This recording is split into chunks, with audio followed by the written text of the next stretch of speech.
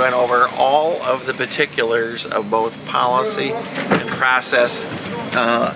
It was a very positive. Governmental regulation is the key to competition, because if truth be told, companies don't really want competition. They want to get rid of competition, develop market share, and milk the advantages of a non-competitive market with their few remaining partners. The biggest single problem that we have now in hunger is poverty. It is not the amount of food production. And so let's not hide behind different kinds of fears or phobias. Let's talk about how we develop a more economically beneficial and sustainable food production system in the world. In a Washington cafe, a chance for Nebraska's small farmers leader to globalize his arguments. Nobel laureate Mohan Munasinghe has researched whether big or small farms are best placed to feed the world. Okay. Shall we order first? Yeah. Iced tea for me, please. Just water. The pendulum should not swing too far in favor of the large farms. They have certain advantages, but the large agribusinesses are using world conditions, the price volatility, the economic collapse, climate change, and all the problems which are squeezing out for small farmers are being used by large agribusinesses to expand their role. I mean, this is a natural thing. Any large business would do that. So I think it is very important for governments to find the right balance, which will vary from country to country. You have a general problem which is global, but the solutions have to be local. And this is where the big and the small have to be brought into balance, because you need bigger entities, maybe it could be governments, it could be big companies who have a bigger perspective from a global point of view, but you need the small businesses and the small operators and the small communities who have to act locally in terms of the local conditions. But Big Ag fears regulations that help small farmers can interfere with the free market that's helped the US become the world's biggest cattle and grain exporter.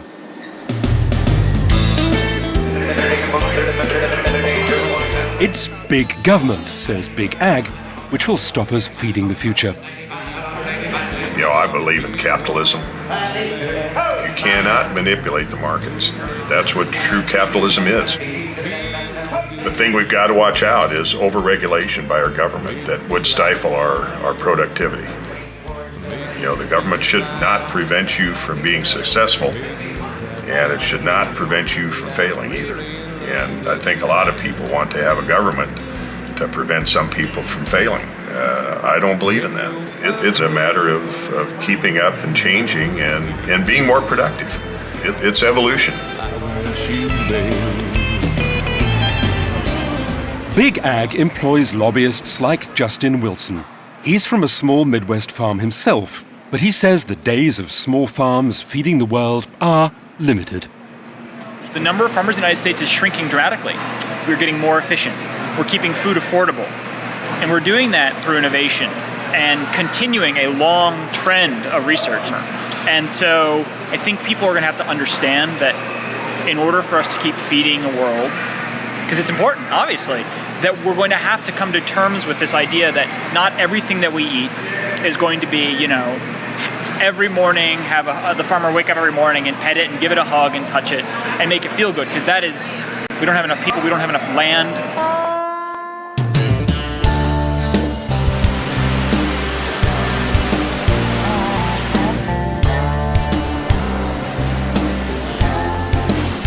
But for small farmers like Ron, Big Ag offers the consumer less choice, putting corporate profit before consumer interests.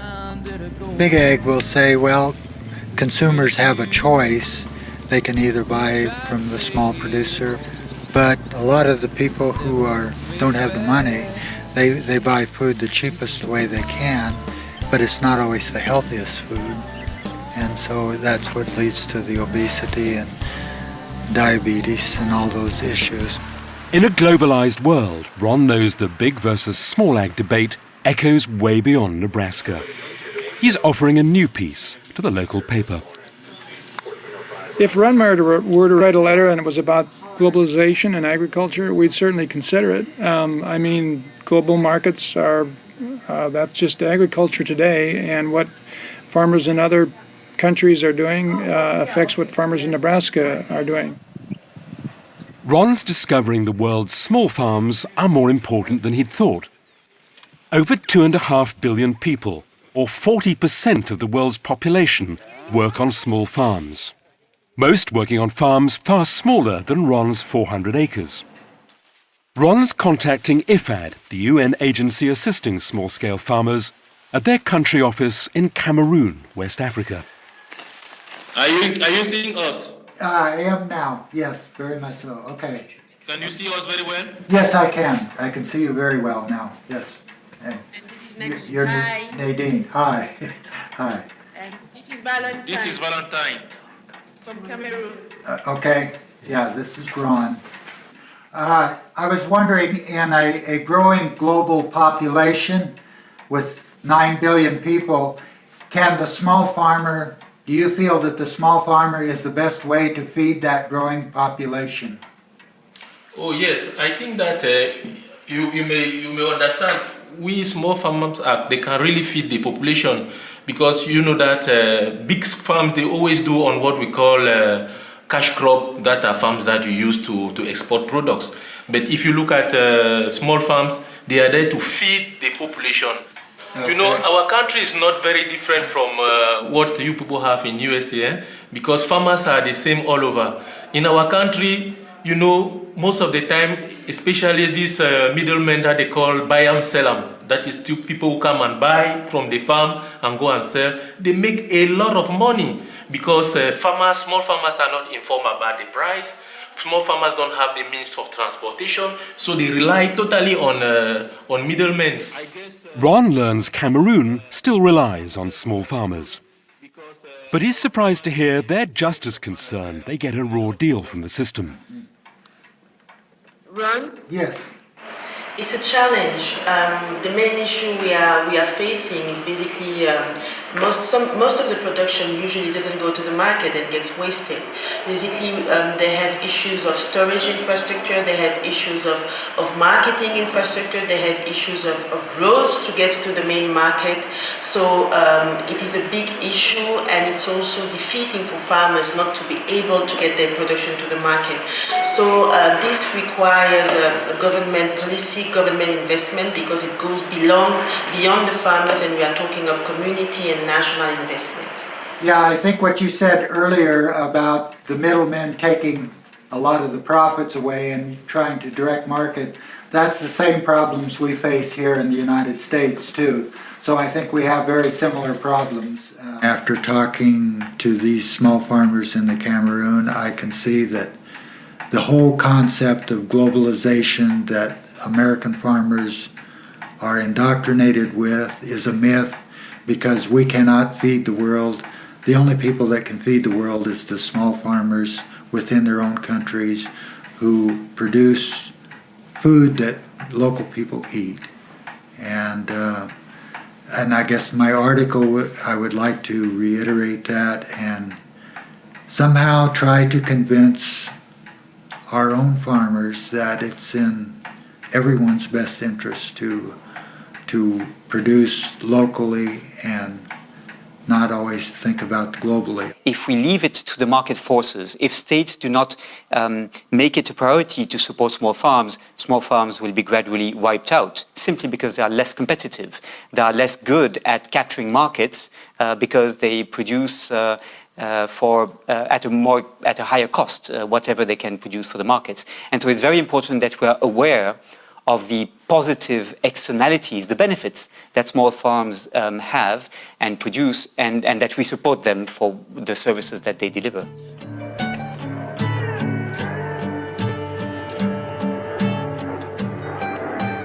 Studies show that between 50 and 70% of the world's population are fed by small farmers. So who does the research suggest should be feeding the future?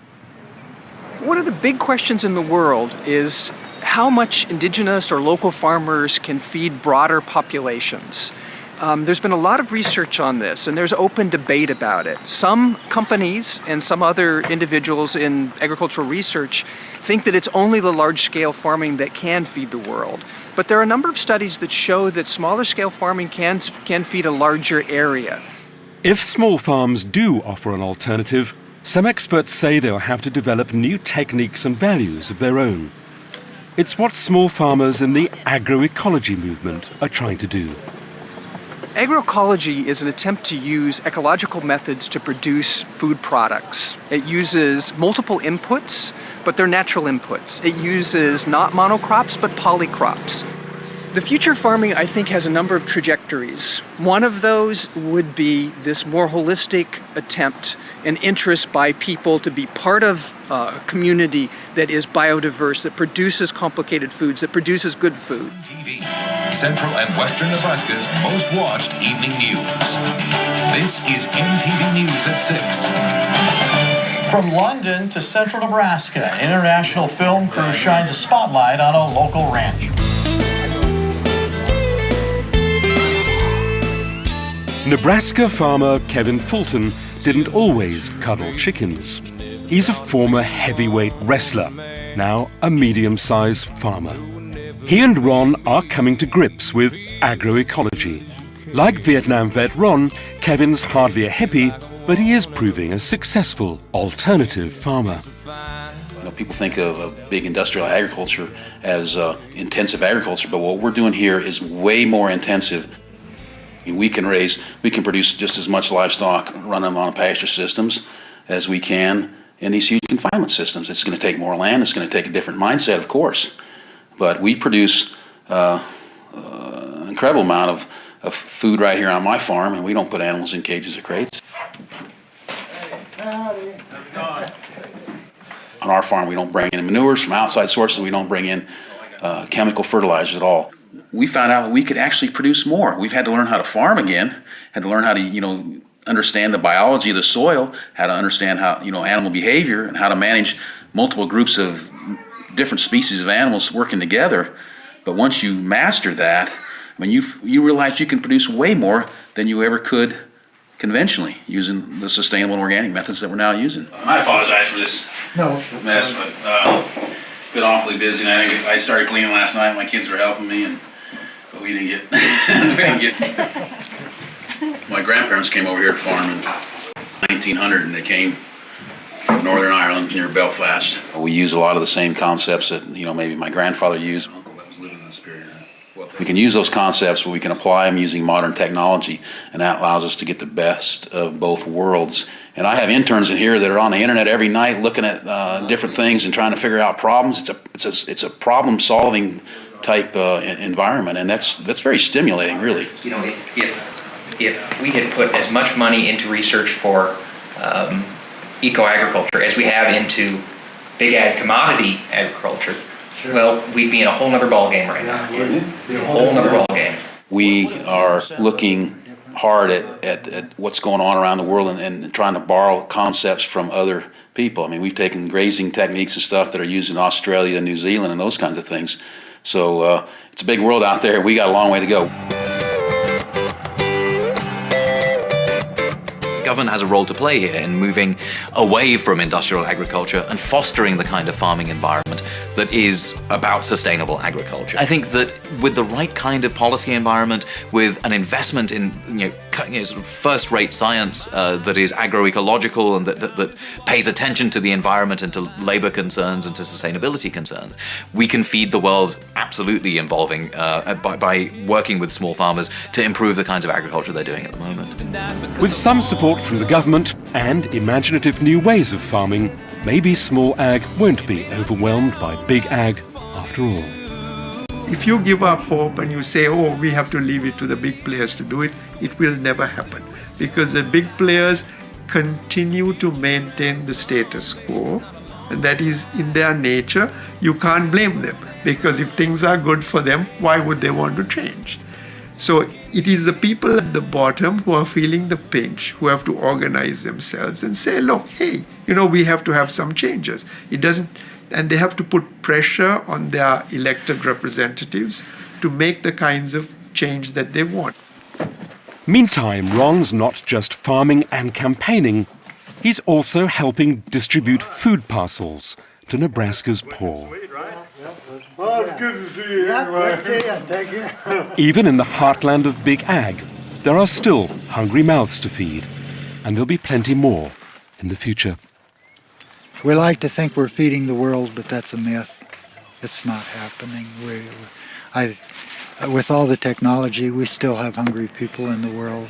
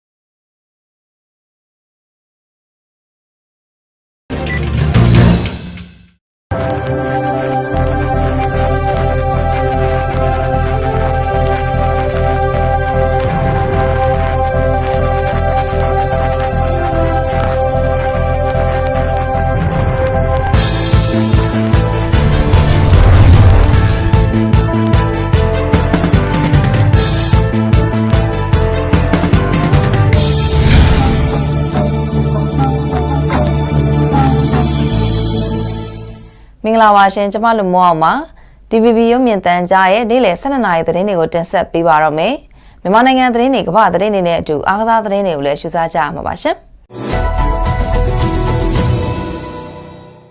ကိုဗစ်ကာကွယ်ဆေးဝယ်ယူဖို့အတွက်ကျန်းမာရေးနဲ့အားကစားဝန်ကြီးဌာနကကိုယ်စားလှယ်အဖွဲ့ကအိန္ဒိယနိုင်ငံကိုပြီးခဲ့တဲ့ဒီဇင်ဘာလ 20 ရက်နေ့ကနေ24 ရက်နေ့အထိတွားရောက်ခဲ့ပြီးတော့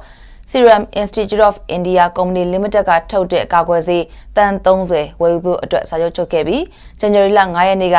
ကုန်အမှာစာကိုပို့လိုက်ပြီးဖြစ်တယ်လို့သမ္မတရုံးပြောရေးဆိုခွင့်ရှိသူဦးစောထေးကပြောပါတယ်။မှာထားတဲ့ကိုဗစ်ကာကွယ်ဆေးတန်30ကလူတစ်ယောက်ကို2ကြိမ်ထိုးရမှာဖြစ်တဲ့အတွက်လူဦးရေ15တန်းအတွက်ဖြစ်ပြီးတော့တန်30စာအတွက်ကတော့ American Dollar တန်150ကုန်ကျမှာဖြစ်ပါတယ်။အဲ့ဒီတန်150ကို3ရက်2ကြိမ်ခွဲပေးရမှာဖြစ်ပြီးတော့85တန်းကို MFDB ဘဏ်ကနေငွေလွှဲပေးဖို့အတွက်ဆောင်ရွက်နေပြီးတော့ January လ 14 ရက်နေ့နောက်ဆုံးထားပြီးတော့လွှဲရမှာဖြစ်တယ်လို့လည်းဆိုပါတယ်။ကျန်တဲ့တဝက်85တန်းကိုတော့မြန်မာနိုင်ငံကိုကာကွယ်ဆေး10တန်းရောက်ရှိလာရင်လွှဲပေးရမှာဖြစ်ပါတယ်။ကိုဗစ်ရှိလို့ခေါ်တဲ့ဆေးကိုကျန်းမာရေးဝန်ထမ်းတွေကိုဦးစားပေးပြီးတော့ထိုးပေးသွားမှာဖြစ်ပြီးတနိုင်ငံလုံးမှာကျန်းမာရေးဝန်ထမ်း3,100,000ကျော်ရှိပါတယ်။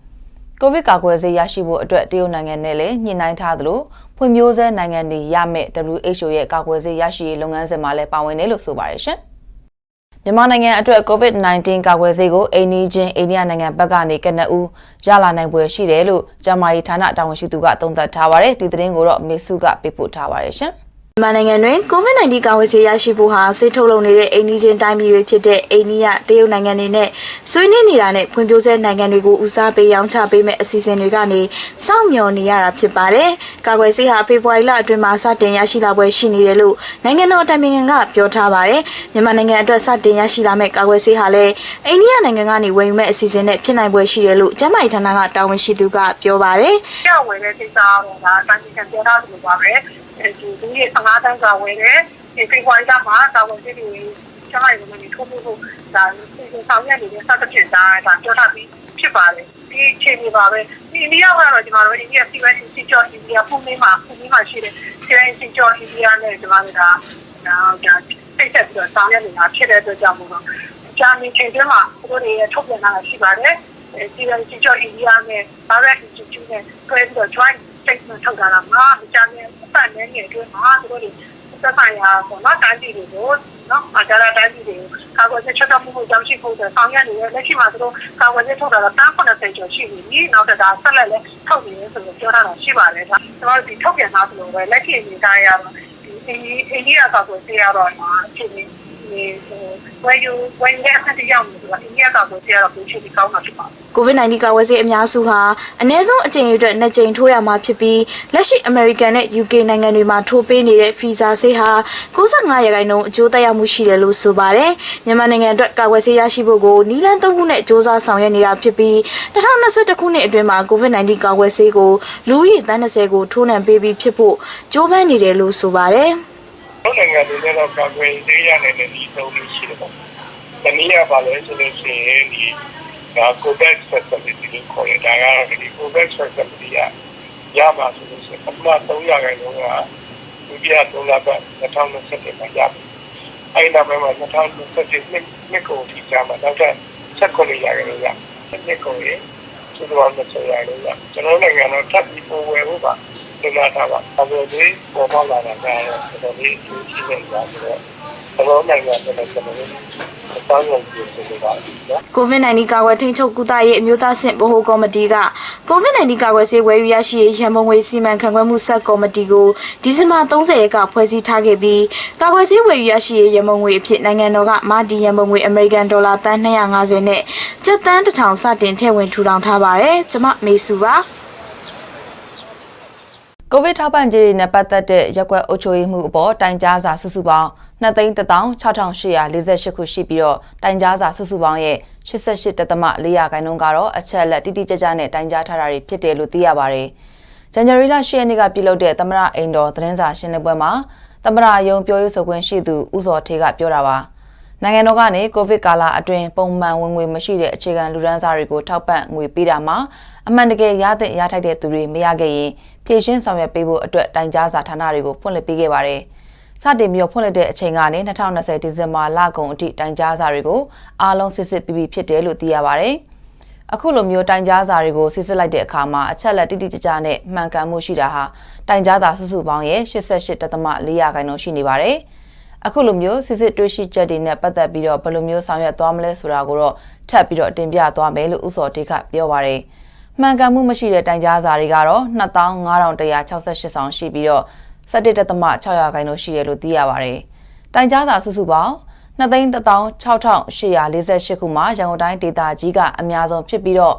99.2%ရှိတယ်လို့ဆိုပါတယ်ရှင်။ရန်ကုန်စေယုံကြီးမှာ COVID-19 လူနာတွေလာပြတာနည်းလာပြီးတော့မဖြစ်မနေကုသဖို့အတွက်လိုအပ်တဲ့လူနာတွေသာလာပြနေကြတယ်လို့ရန်ကုန်ပြည်သူ့စေယုံကြီးရဲ့တာဝန်ရှိသူကပြောပါတယ်။ဒီသတင်းကိုတင်းတင်းစော်ကပေးပို့ထားပါတယ်ရှင်။ရန်ကုန်တိုင်းဒေသကြီးအတွင်းမှာ COVID-19 အတည်ပြုလူနာတွေ့ရှိမှုလျော့ကျလာတဲ့အမျှရန်ကုန်စေယုံကြီးမှာလည်း COVID-19 နဲ့ပတ်သက်လို့လာရောက်ပြသတဲ့လူနာတွေလျော့နည်းလာတယ်လို့ဆိုပါတယ်။အရင်က COVID-19 တန်တဲ့လက္ခဏာတွေရှိုံနဲ့စေယုံကိုလာပြကြပေမဲ့အခုနောက်ပိုင်းမှာတော့မဖြစ်မနေကုသဖို့လိုအပ်တဲ့သူတွေသာစေယုံကိုလာပြကြတယ်လို့ရန်ကုန်ပြည်သူ့စေယုံကြီးရေးပေါ်ဌာနပမခဒေါက်တာမော်ဦးကပြောပါတယ်။ဒီတွေကဒီတော့ရန်ဆိုးရင်တော့ဒီလိုတမန်ရှိတယ်လို့အတင်းစေးကိုဒါစားကိုပြကြတာခုနောက်ပိုင်းမှာမပြကြတော့ဘူးလာကြတဲ့လူတွေကကျတော့တခြားခံယောဂတွေတခြားယောဂလက္ခဏာတွေတိုးနေတော့မပြလုံးဖြစ်တဲ့လူတွေတော်တော်များများတော့ရောက်လာတော့လက်ကြောက်တယ်ဆိုပြီးလာပြတဲ့လူကအရင်တော့ကြောက်တော့အရင်ကပြကြတာပေါ့နော်အခုပြတဲ့လူတွေတော်တော်လေးနေလာတယ်စေယုံကိုလာပြတဲ့လူနာတွေနေလာလို့လူနာတွေကိုလုံလုံလောက်လောက်လက်ခံကုသပေးနေနိုင်တဲ့အပြင်စေယုံကြီးမှာကြုံတွေ့နေရတဲ့လူနာဆောင်တွေစေယုံအပြင်ပလက်ဖောင်းတွေမှာအိတ်နေရတဲ့ပြဿနာတွေကိုလည်းဖြေရှင်းထားတယ်လို့ဆိုပါတယ်။စေယုံဝင်းအတွင်းမှာရှိတဲ့စားတောက်ဆိုင်ကနေကိုပြုပြင်ပြီးလူနာဆောင်တွေနေဖို့အဆောင်ဖြစ်သတ်မှတ်ပေးလိုက်တာပါ။အဲ့လိုသတ်မှတ်ပေးထားပေမဲ့အပြင်မှာအိတ်နေတဲ့သူတွေရှိတော့မယ်လို့လူနာဆောင်တို့ကပြောပါတယ်။လူနာရဲ့အခက်အခဲရှိတဲ့ဆိုရင်တော့နှစ်ယောက်ပေးဆောင်။ကျန်တဲ့လူကတော့ပေါ့ဖို့လာပြီးမထွက်ဘူး။ဒီလိုအဲ့ကမှအားဒါမှဆိုအများကြီးတော့အများကြီးတော့ရှိ15ရောက်နေတယ်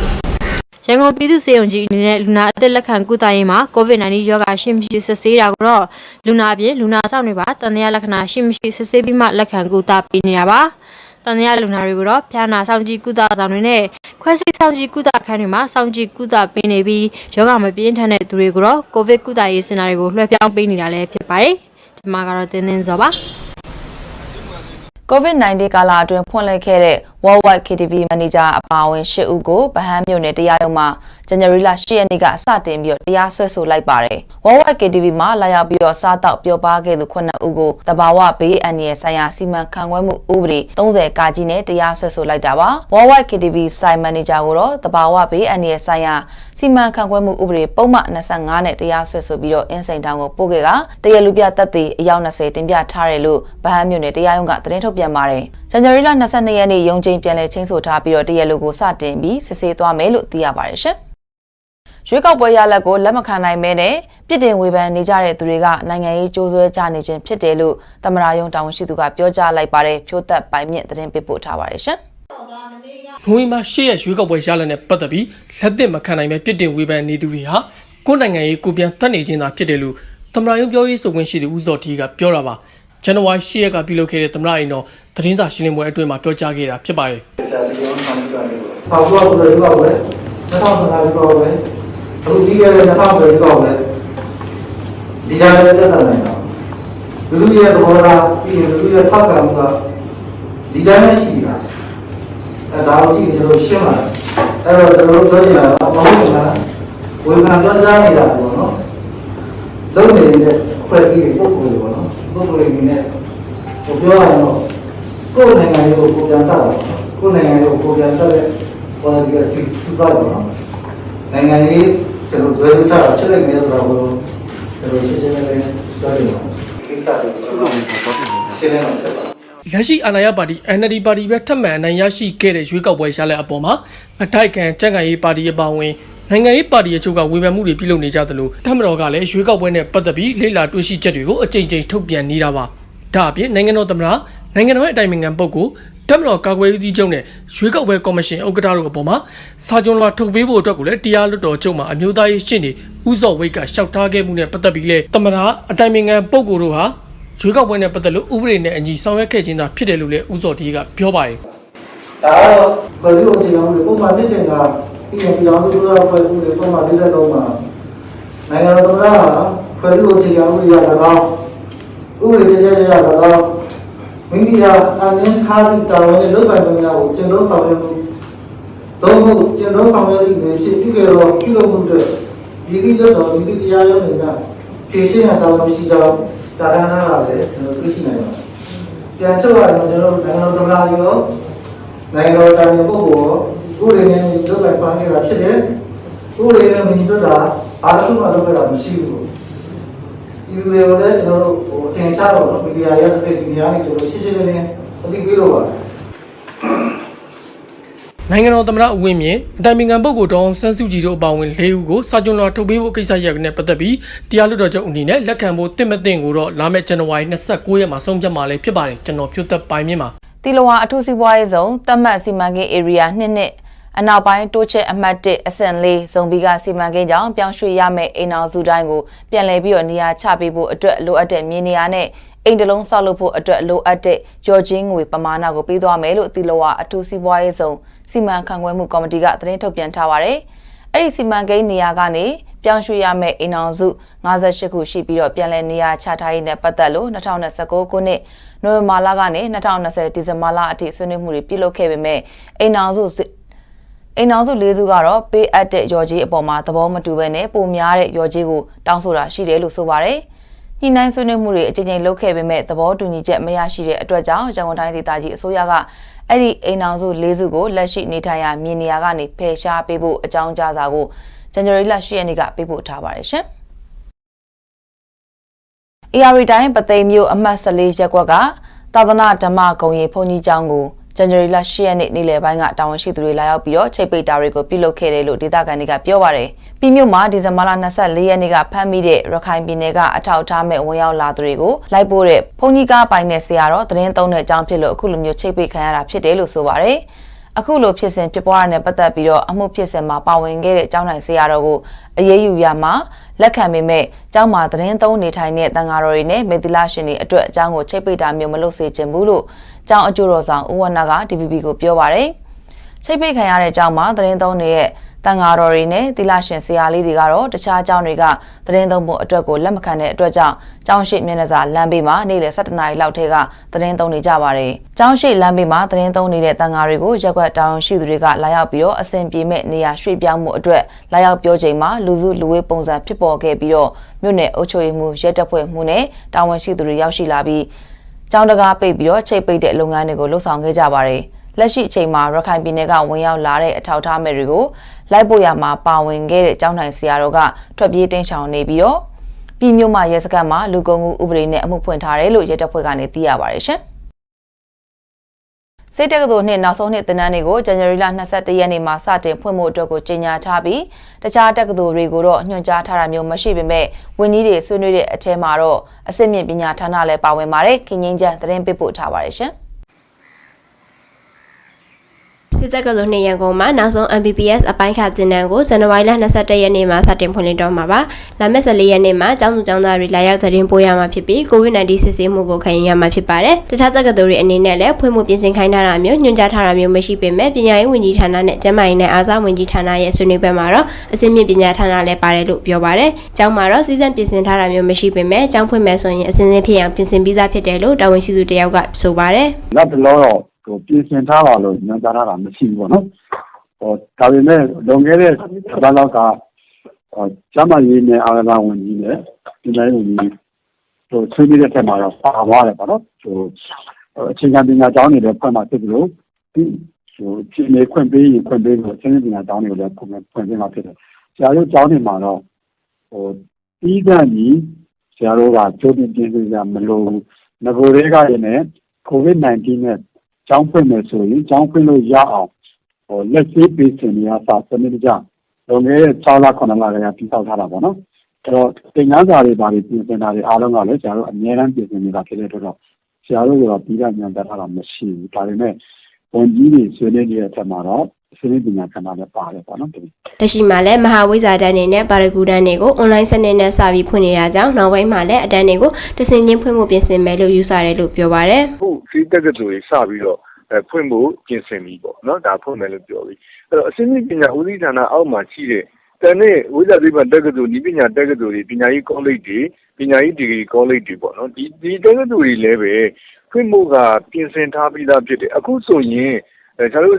့မဟာဝိဇ္ဇာတန်းနေနဲ့ပါရဂူတန်းတွေကိုအခုအွန်လိုင်းစနစ်နဲ့စပြီးတော့ဖွင့်နေပြီလေနော်အဲ့တော့မဟာတန်းတွေရဲ့ပါရဂူဘွဲ့တန်းတွေရဲ့ကိုတော့ဖွင့်နေပြီပြီးရင်ကျန်တဲ့နောက်ဆုံးနှစ်တွေတစ်ဆင့်လာမယ်ပြီးရင်တခါတတိယနှစ်တွေအဲ့လိုတစ်ဆင့်ချင်းပြင်ဆင်ပြီးတော့ဖွင့်သွားဖို့ပြင်ဆင်မယ်လို့ယူဆရပါတယ်။နောက်ဆုံးနှစ်ကျောင်းသားတွေကြားထဲမှာလည်း semester တစ်ခုတက်ဖို့ကြံနေသေးပြီးဘွဲ့မရသေးတာကြောင့်အလုပ်ကန်ရှာဖွေရမှာအခက်အခဲရှိနေပါတယ်။ဝန်ကြီးဌာနအနေနဲ့လည်းအတန်းတန်းချင်းစီကသက်ဆိုင်ရာဆရာဆရာမတွေနဲ့ကျောင်းသားတွေကို Messenger ကနေ group ဖွဲ့ထားပြီး information ပေးခိုင်းတာမျိုးတွေရှိရလို့ဆိုပါတယ်။ကျွန်မခင်ငင်းညံပါရှမ်းပြည်နယ်အစိုးရအဖွဲ့ရုံးမှစာပေးစာယူဌာနကဝန်ထမ်းတအုပ် COVID-19 ရောဂါပိုးတွေ့ရှိခဲ့ပါတယ်။ဝန်ထမ်းတအုပ်အနံ့မရလို့စစ်ဆေးတာရောဂါပိုးမတွေ့ဘဲနဲ့သူနဲ့ထိတွေ့တဲ့သူ9ဦးကိုစစ်ဆေးလိုက်တဲ့အခါမှာတအုပ်ကရောဂါပိုးတွေ့ရှိတာဖြစ်တယ်လို့ရှမ်းပြည်နယ်ပြည်သူ့ကျန်းမာရေးဦးစီးဌာနမှလက်ထောက်ညွှန်ကြားရေးမှူးဒေါက်တာဇဝနကိုကပြောပါတယ်။ထိတွေ့တဲ့သူတွေထဲမှာရောဂါပိုးတွေ့ရှိသူများရင်တရုံလုံးကိုစစ်ဆေးသွားဖို့အတွက်ရှိတယ်လို့လည်းဆိုပါတယ်။စာပေးစာယူကပိုးတွေ့ဝန်ထမ်းတအုပ်ကတခြားဌာနနဲ့ထိတွေ့သူမရှိဘဲသူ့ရုံးကဝန်ထမ်းနဲ့သာထိတွေ့မှုရှိတယ်လို့လည်းဆိုပါတယ်။တောင်ကြီးမြို့ဆက်ဆံတော်စေယုံမှာမနေ့ကအထိစေယုံတက်လူနာကတော့60ရှိပေမဲ့မနေ့ညနေပိုင်းကအယောက်30နေပြန်ကောင်းတဲ့အတွက်ကြောင့်စေယုံကနေပြီးတော့ဆင်းဝင်ရရှိပြီး30ဝန်းကျင်သာစေယုံမှာစိတ်ကူးတမှုခံယူနေတာလို့သိရပါတယ်ရှင်။2020ရွေးကောက်ပွဲအပြီး AR တိုင်းဒေသကြီးအစိုးရအဖွဲ့မှတာဝန်ယူမဲ့သူတွေရဲ့စည်းရင်းကိုအချိန်မီထုတ်ပြန်ပေးသွားမယ်လို့ NLD ပါတီပြောရေးဆိုခွင့်ရှိသူဒေါက်တာမျိုးညွန့်ကပြောပါတယ်စုစုသွဲပေးပို့ထားပါတယ်ရှင်။တိုင်းဒေသကြီးလွှတ်တော်ကိုယ်စားလှယ်များတတိယအကြိမ်မြောက်ဖွဲ့စည်းမဲ့ AR တိုင်းဒေသကြီးလွှတ်တော်တိုင်းဒေသကြီးအစိုးရအဖွဲ့မှတာဝန်ယူကြရမယ့်သူတွေရဲ့စည်းရင်းကိုလက်ရှိအချိန်မှာထုတ်ဖော်နိုင်ခြင်းမရှိသေးပေမဲ့အချိန်မီထုတ်ပြန်ပေးသွားမယ်လို့မြို့သားဒီမိုကရေစီအဖွဲ့ချုပ်ပါတီပြောရေးဆိုခွင့်ရှိသူဒေါက်တာမျိုးညွန့်ကပြောပါတယ်။ဇန်နဝါရီလ10ရက်နေ့ကပြုလုပ်တဲ့ AR တိုင်းဒေသကြီးလွှတ်တော်အသစ်ဖွင့်ပွဲအခမ်းအနားမှာပြောဆိုလိုက်တာပါ။အသစ်ချက်ကတော့ကျွန်တော်တို့အဖွဲ့ချုပ်ကချတဲ့မူဝါဒအတိုင်းလိုက်လုပ်တဲ့လူဖြစ်ရတယ်။ဒါကတော့ကျွန်တော်တို့ဖြစ်ကိုဖြစ် ဗျာမောဆိုကျွန်တော်ကလှုပ်ချင်တာတခြားသူရဲ့တကူတော်ဆန္ဒအတိုင်းရှောက်လို့ကျွန်တော်တိရောက်အောင်ပါတော့ဒီမူဝါဒအတိုင်းနောက်တစ်ခါပြည်သူလူကလက်ခံနိုင်တဲ့အရေးအသွေးရှိတဲ့ဂုဏ်သတင်းရှိတဲ့ဖြစ်ရတော့ချက်ကတော့ကျွန်တော်တို့ကပုဂ္ဂိုလ်ရေးအရေးအသွေးကျွန်တော်တို့သူ့ရဲ့နောက်ကျောင်းရာဆိုရင်ဆောင်ရွက်မှုပြည်သူတွေရဲ့အတန်းဒီပေါ်မှာပြည်သူတွေဆင်ချက်ပါဒီပေါ်မှာအားလုံး၃ချက်ပေါ်ကြည့်ပြီးတော့ကျွန်တော်တို့ရွေးချယ်တာဖြစ်တယ်ခုနေရာတော့ကျွန်တော်ပြောပြီးခဲ့တဲ့ဒုတိယအကြိမ်လွှတ်တော်တက်တန်းမှာတိုင်းနယ်ပြည်နယ်လွှတ်တော်အသီးသီးကလွှတ်တော်ကိုယ်စားလှယ်တွေဟာပြည်သူတွေကျင်းတဲ့လောက်တဲ့အထိမဆောင်ရွက်နိုင်ခဲ့တဲ့အပေါ်ဝေဖန်မှုတွေရှိခဲ့ပါတယ်။ဒါဟာလွှတ်တော်ကိုယ်စားလှယ်တွေအနေနဲ့အတွေ့အကြုံတွေပါတဲ့အတွက်ဖြစ်တာကြောင့်လာမယ့်တတိယအကြိမ်လွှတ်တော်မှာတာဝန်ယူကြရမယ့်ရွေးကောက်ပွဲအနိုင်ရလွှတ်တော်ကိုယ်စားလှယ်တွေကိုတင်နန်းပို့ချတော်မယ်လို့ဆိုပါတယ်။တိုင်းနယ်ပြည်နယ်လွှတ်တော်တွေဟာတို့တို့ရဲ့ရည်မှန်းထားတဲ့တောင်းပြည်သူတွေကျင်းတတ်လာအောင်မဆောင်ရွက်နိုင်ဘူးဆိုတာဒါကျွန်တော်တို့တနိုင်ငံလုံးကြားနေရတဲ့ကိစ္စပဲဒါဟာအတွေ့အကြုံတွေပါတာကြောင့်လည်းပါတယ်နောက်ကျွန်တော်တို့ဒီလွတ်တော်ကိုယ်စားလှယ်များကမိမိတို့ရဲ့တောင်းကိုနော်ကောင်းမွန်စွာမသိရှိတဲ့အကြောင်းလည်းပါပါတယ်အဲ့တော့ကျွန်တော်ခုပဲဒီမနက်ငါစာပြီးလွတ်တော်ကိုယ်စားလှယ်ထပ်ပြီးသင်တန်းပေးပါမယ်ပေးုံနဲ့မကဘူးကျွန်တော်တို့လွတ်တော်ကိုယ်စားလှယ်တွေကိုလည်းခုနကကျွန်တော်ပြောလို့ပြည်သူတွေရဲ့အတန်းနားထောင်ပြီးတော့ညီနိုင်တာကြီးကြပ်တာကိုကျွန်တော်စစ်သက်မပြတ်လုပ်ပါပါမယ်2020ခုနှစ်နိုဝင်ဘာလ10ရက်နေ့မှာကျင်းပခဲ့တဲ့ပါတီစုံထွေထွေဒီမိုကရေစီရွေးကောက်ပွဲမှာအေယာဝတီတိုင်းဒေသကြီးအတွင်းတိုင်းလုံးအတိုင်းတာအနေနဲ့အမျိုးသားဒီမိုကရေစီအဖွဲ့ချုပ်ကကိုယ်စားလှယ်တွေကအနိုင်ရရှိခဲ့တာဖြစ်ပါတယ်။ဒုတိယအကြိမ်25ကြိမ်မြောက်အေယာဝတီတိုင်းဒေသကြီးလက်တော်ပုံမှန်အစည်းအဝေးကိုလည်းဇန်နဝါရီလ14ရက်နေ့မှာခေါ်ယူထားပြီးတော့ဖွင့်လှစ်တဲ့လက်တော်အသစ်မှာပထမဆုံးအကြိမ်ကျင်းပတော့မှာဖြစ်ပါတယ်။ကျွန်မကတော့စုစုသွေးပါရခိုင်ပြည်နယ်အတွင်းမှာတပ်မတော်ကနေတန်တရားနဲ့ဖမ်းဆီးထားတဲ့သူတွေကိုကိုဗစ်ကာလရုံထုတ်စစ်ဆေးမှုမရှိသလိုမိသားစုဝင်တွေနဲ့တွေ့ခွင့်မရတဲ့အတွက်တွေ့ခွင့်ရဖို့အတွက်နဲ့တန်တရားနဲ့ဖမ်းဆီးထားတာဖြစ်တဲ့အတွက်ကြောင့်ပြန်လွှတ်ပေးဖို့ကိုလည်းဖမ်းဆီးခံမိသားစုဝင်တွေကတောင်းဆိုနေကြပါတယ်။တပ်မတော်ကနေဒေသခံတွေကိုတန်တရားနဲ့ဖမ်းဆီးပြီးတဲ့နောက်အကြမ်းဖက်တိုက်ဖျက်ရေးဥပဒေတွေနဲ့တရားစွဲဆိုကအကျဉ်းထောင်ကိုပို့ခဲ့တာလို့လည်းဒေသခံတွေကဆိုပါတယ်။တပ်မတော်ကအဲ့လိုမျိုးဖမ်းဆီးသွားတဲ့အတွက်အကြမ်းနဲ့မိသားစုဝင်တွေအနေနဲ့အခက်အခဲဖြစ်နေကြသလိုစာဝင်နေတွေလည်းအခက်အခဲတွေဖြစ်နေကြတယ်လို့ကတ္တပြေကြီးရွာကဖမ်းဆီးခံခဲ့ရတဲ့သူတို့ရဲ့ဇနီးဖြစ်သူကပြောပါတယ်။ကြောက်ဖြူအကျဉ်းထောင်မှာတပ်မတော်ကနေတန်တရားနဲ့ဖမ်းဆီးပြီးတော့အကြမ်းဖက်တိုက်ဖျက်ရေးဥပဒေတွေနဲ့တရားစွဲဆိုခံရသူစုစုပေါင်း60ကျော်အထိရှိက